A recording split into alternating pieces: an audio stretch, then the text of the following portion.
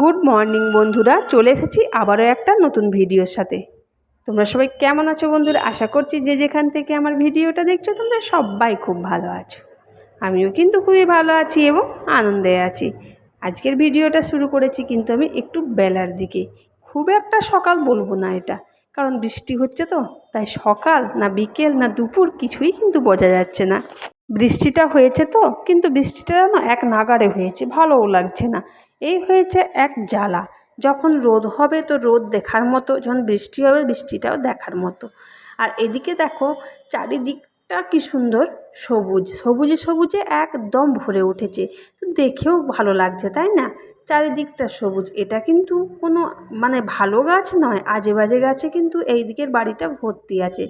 তো ভিডিও করতে গিয়ে আমার চোখের সামনে এলো যে চলো এই ভিডিওটা তোমাদের সাথে শেয়ার করা যাক। সবুজে সবুজে ভরে উঠেছে। তো বন্ধুরা, শুধু বৃষ্টিটা উপভোগ করলেই হবে না, আর সবুজ জিনিস শুধু দেখলেই চলবে না, পেটেও তো কিছু দিতে হবে। আর এই পেটের জন্যই সব মানুষটা কিন্তু সকাল থেকে উঠে ছুটে বেড়ায়, এই পেটের জন্যই। পেটটা যদি না থাকতো তাহলে কিন্তু মানুষজনকে এত দৌড়াদৌড়ি এত ছুটোছুটি করতেই হতো না। তো চলো, এবার কিন্তু আমি কাজে লেগে পড়েছি। একটা কথা তোমাদের সাথে আমি শেয়ার করতে যাচ্ছি। আমি না কিছুদিন হলো একটা কাকিমাকে রেখেছিলাম বাসনগুলো ধুয়ে দেওয়ার জন্য আর একটুখানি কাপড়গুলো কেচে দেওয়ার জন্য। কাকিমাটা না প্রায় সময় কামাই করে, আসতেই চায় না আসতেই চায় না। তাও তো আমরা কিচ্ছুই বলি না, কিন্তু বলো আমার তো অসুবিধের জন্যই রাখা।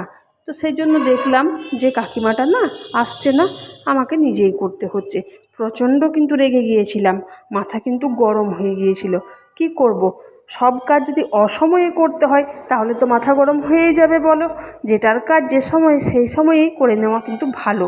যদি আমাকে সকাল থেকে বলে পাঠাতো যে আসবো না, তাহলে কিন্তু আমি সব কাজ গুছিয়ে রাখতাম। কিন্তু এই যে এখন বাজছিল প্রায় দুটোর সময় সব বাসন আমাকে ধুতে হলো। এদিকে মেনিরও পেটের জ্বালা ধরেছে, খুব চিৎকার করছিল। তাই একটা বিস্কিট দিয়ে দিয়েছি, তোমাদের দাদাভাইকে দিতে বললাম। তো সেটা দেখো কেমন করে খাচ্ছে। পেট তো সবারই সমান বলো, সে জন্তু জানোয়ার হোক, পশু পাখি হোক আর মানুষই হোক। তো সেই জন্য মেনি আমাদের বাড়িতেই থাকে, আমাদের বাড়িতেই খায়, কোথাও যায় না। আর তো দেখো মেনির তো খাওয়া দাওয়া হয়ে গেল। একেবারে বিকেলের দিকে দোকানে একটুখানি বসতে হয়েছিল আমাকে। তো কী কী মালপত্র এনেছে, কিছু কিছু ভরা ভরা লাগছে বলো দোকানটা এবার। তো জানি না তোমাদের দাদাভাই কালকে আরও কিছু জিনিস কিন্তু দোকানের মধ্যে ঢোকাবে। তো যাই হোক, দোকানে অনেকক্ষণ বসে থাকার পর সন্ধ্যেটা দিয়ে এসে আমি কিন্তু রান্না বসিয়ে দিয়েছি। বাবারে, এটা বড় কাজ একদম, আর এই কাজটার জন্য মরে যাই আমি একবারে। মনে হয় রান্নাটা যদি কেউ হাতের কাছে করে দিত তো সে ভাগ্য করে মনে হয় আর আসেনি। কারো হাতে রান্না আর খেয়ে কাজ নেই, আজীবন রান্না করে যেতেই হবে আর নিজেকে নিয়েই খেতে হবে।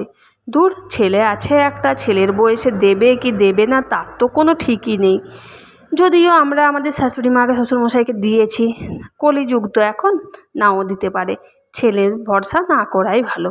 তারপর দেখো এখানে আমি কুকারে সয়াবিনটা চাপালাম, চা করে নিয়েছি, তোমাদের দাদাভাইকে চাটা দিতে যাচ্ছি। দেখো, বউ খেটে খেটে মরছে আর হাজব্যান্ড কিন্তু বেশ করে এমন ফোন দেখছে। তো কি আর বলবো বলো, মজা করছি গো। ও যথেষ্ট পরিমাণে সকাল থেকে পরিশ্রম করে। তো দেখো চাটা ওকে দিয়ে দিয়েছি, আর বললাম আমি যে তোমাকে চা দিলাম একটু থ্যাংক ইউ তো বললে না। তাই দেখো মুচকি হাসিটা এক্ষুনি দেখতে পাবে। 3-4বার কথাটা বলার পর একবার রিপিট হলো কি মুচকি হাসি। বন্ধুরা দেখো, এখানে জামা কাপড়গুলো সব ভেজা আছে, সেই জন্য মিলে রেখেছি। আরও কিছু কিছু জামা কাপড় কিন্তু অনেকগুলো ভিজে আছে, সেগুলো আমি কিন্তু ওপরে মেলবো। আর এই ঘরের লাইটটা একটুখানি পাওয়ারটা, লাইটটা ঠিক আছে, এই যে উপরের সিলিংটার কালারটা নীল দেওয়া আছে, সেজন্য আলোটা বেশি পরিমাণে ফোটে না। বুঝেছো বন্ধুরা? এই যে ছেলের দুটো প্যান্ট একটা গেঞ্জি ফ্যানের হাওয়াতে দিয়েছি, ফ্যান চলছে, নাহলে শুকোবে না। আর এগুলো না শুকোলে ও কালকে সকালে পরতে পারবে না, সেই জন্য এগুলো আগে মেলে দিলাম। আর জামা কাপড় আরও অনেক রাখা আছে, সেগুলো কিন্তু মেলতে হবে। এখানে ফ্রিজটা রাখা আছে, বাইরে আছে তোমাদের দাদা ভাই গিয়েছে দোকানে, সেজন্য লাইটগুলো জ্বলছে এখনো পর্যন্ত। আর দেখতেই পাচ্ছ ঘড়ির কাঁটা কিন্তু 7:45 বাজছে, মানে 7:45 বাজছে এখন। তো চলো একটু পরে আবার কথা বলছি। একেবারে রাতের দিকে সবাইকে খেতে দিয়েছি, আমি নিয়েছি ভাত। আর দেখো মাথাটা গরম হবে না, কেনা চাল, কাকিমা আসবো বলে এলোই না, ভাত সবজি সব রাখা আছে, সব নষ্ট হবে। তো বলো এই যে বর্ষাকালে পান্তা ভাত কে খাবে? তো সেই জন্য আরও বেশি মাথাটা গরম হয়ে গিয়েছিল। আর আমি যেদিন থাকি বাড়িতে সেদিনই কাকিমাকে খেতে দিতে পারি, আর না হলে এইরকম যা হয় সেগুলো শুকনো জিনিস হাতে ধরিয়ে দিই। কিন্তু ভাতটা আমি প্রতিদিন দিতে পারি না কাকিমাকে। ছেলের জন্য ডিম ছিল সকালবেলায়, ছেলে ডিম খায়নি। আমার তো হয়েছে বৃহস্পতিবার, সেজন্য আমি আজকে আঁশ খাইনি কিছু। তাই দেখো ছাতু নিয়েছি, তেল নিয়েছি, আর এখানে সবজি নিয়েছি। তারপরে যখন ওই তো বললাম কাকিমা আসেনি, সকালের কিন্তু বাসন আমি ফেলে রাখবো না, সকালের দিকে আমার প্রচণ্ড অসুবিধে হয়। সেই জন্য আমি জল ভর্তি করতে দিয়ে দিয়েছি, আর বাসনগুলোও ভিজিয়ে একেবারে ধুয়ে রেখে দেবো।